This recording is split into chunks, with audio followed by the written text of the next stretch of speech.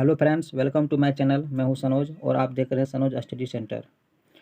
आज के इस वीडियो में हम लोग पढ़ेंगे 3 ऐसे महत्वपूर्ण सब्जेक्टिव क्वेश्चन जो मैट्रिक बोर्ड एग्जाम की दृष्टि से काफ़ी महत्वपूर्ण क्वेश्चन है। तो प्लीज़ आप लोग इस वीडियो को अंत तक देखिए और सारे क्वेश्चन को समझने की कोशिश कीजिए। और साथ ही साथ यदि आप इस चैनल पर नए हैं तो चैनल को सब्सक्राइब कर लीजिए, क्योंकि मैं आपको इस चैनल के माध्यम से क्लास 10th के सभी सब्जेक्ट्स की तैयारी आपको करवाऊँगा, ताकि आप लोग मैट्रिक बोर्ड एग्ज़ाम में अच्छे नंबर से पास हो सकें। तो चलिए स्टार्ट करते हैं।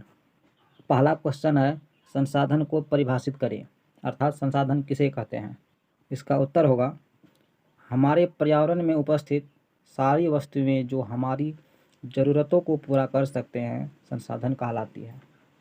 दोस्तों, हमारे पर्यावरण में जितनी भी सारी वस्तुओं को हम लोग देखते हैं या नहीं भी देखते हैं, वे सारी वस्तुएं जो हमारी ज़रूरतों को पूरा कर सकते हैं संसाधन कहलाती है।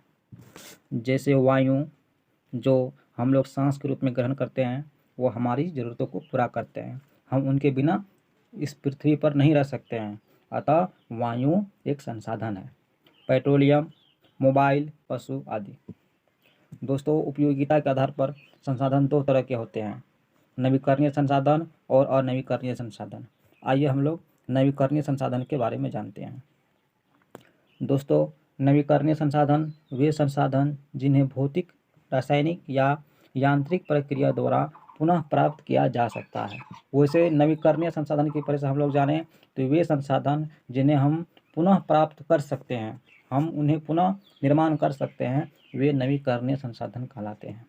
जैसे सौर ऊर्जा, जो सौर प्लेट से ऊर्जा प्राप्त होती है, उससे हम पुनः प्राप्त कर सकते हैं। जब तक यह धरती है तब तक धूप रहेगी, और जब तक धूप है तब तक हम सौर ऊर्जा प्राप्त कर सकते हैं। तो पवन ऊर्जा, जल, विद्युत आदि।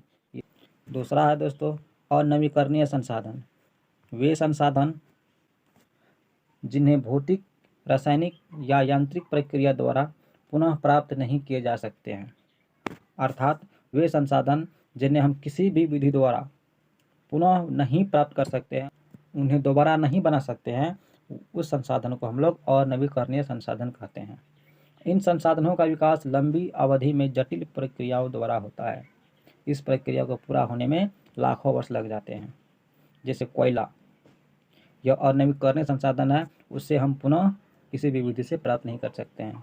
इन संसाधनों का जो विकास है लंबी समय में होती है, बहुत जटिल प्रक्रिया है, और उस प्रक्रिया को होने में लाखों वर्ष लग सकते हैं। पेट्रोलियम आदि, ये 2 अनवीकरणीय संसाधन हैं। दोस्तों, उत्पत्ति के आधार पर संसाधन 2 प्रकार के होते हैं, जैव संसाधन और अजैव संसाधन। आइए हम लोग पहले जैव संसाधन के बारे में जानते हैं। जैव संसाधन ऐसे संसाधन जो जीव मंडल से प्राप्त होती है, अर्थात वे संसाधन जो जीव से प्राप्त होते हैं, उसमें सजीव के सभी लक्षण मौजूद होते हैं। जैसे मनुष्य भी एक प्रकार का संसाधन है, मनुष्य भी हमारी ज़रूरतों को पूरा करते हैं। वनस्पति अर्थात पेड़ पौधे, पशुधन जितने भी जानवर है, ये सारे हमारी ज़रूरतों को पूरा करते हैं, और वह जीव मंडल से प्राप्त होते हैं, अर्थात इसमें सजीव के सभी लक्षण मौजूद है, अर्थात वे सजीव है, और जो सजीव है वे जैव संसाधन कहलाते हैं। दूसरा है अजैव संसाधन। अजैव संसाधन वे संसाधन जो निर्जीव वस्तुओं से प्राप्त होते हैं, वे अजैव संसाधन कहा जाता है। जैसे चट्टानें, धातु, खनिज इत्यादि। दोस्तों, अजैव संसाधन वे संसाधन है जो निर्जीव वस्तुओं से प्राप्त होते हैं, उसमें जान नहीं होता है। जैसे चट्टानें, जैसे पहाड़ हो गया, मिट्टी आदि, ये सब अजैव संसाधन है।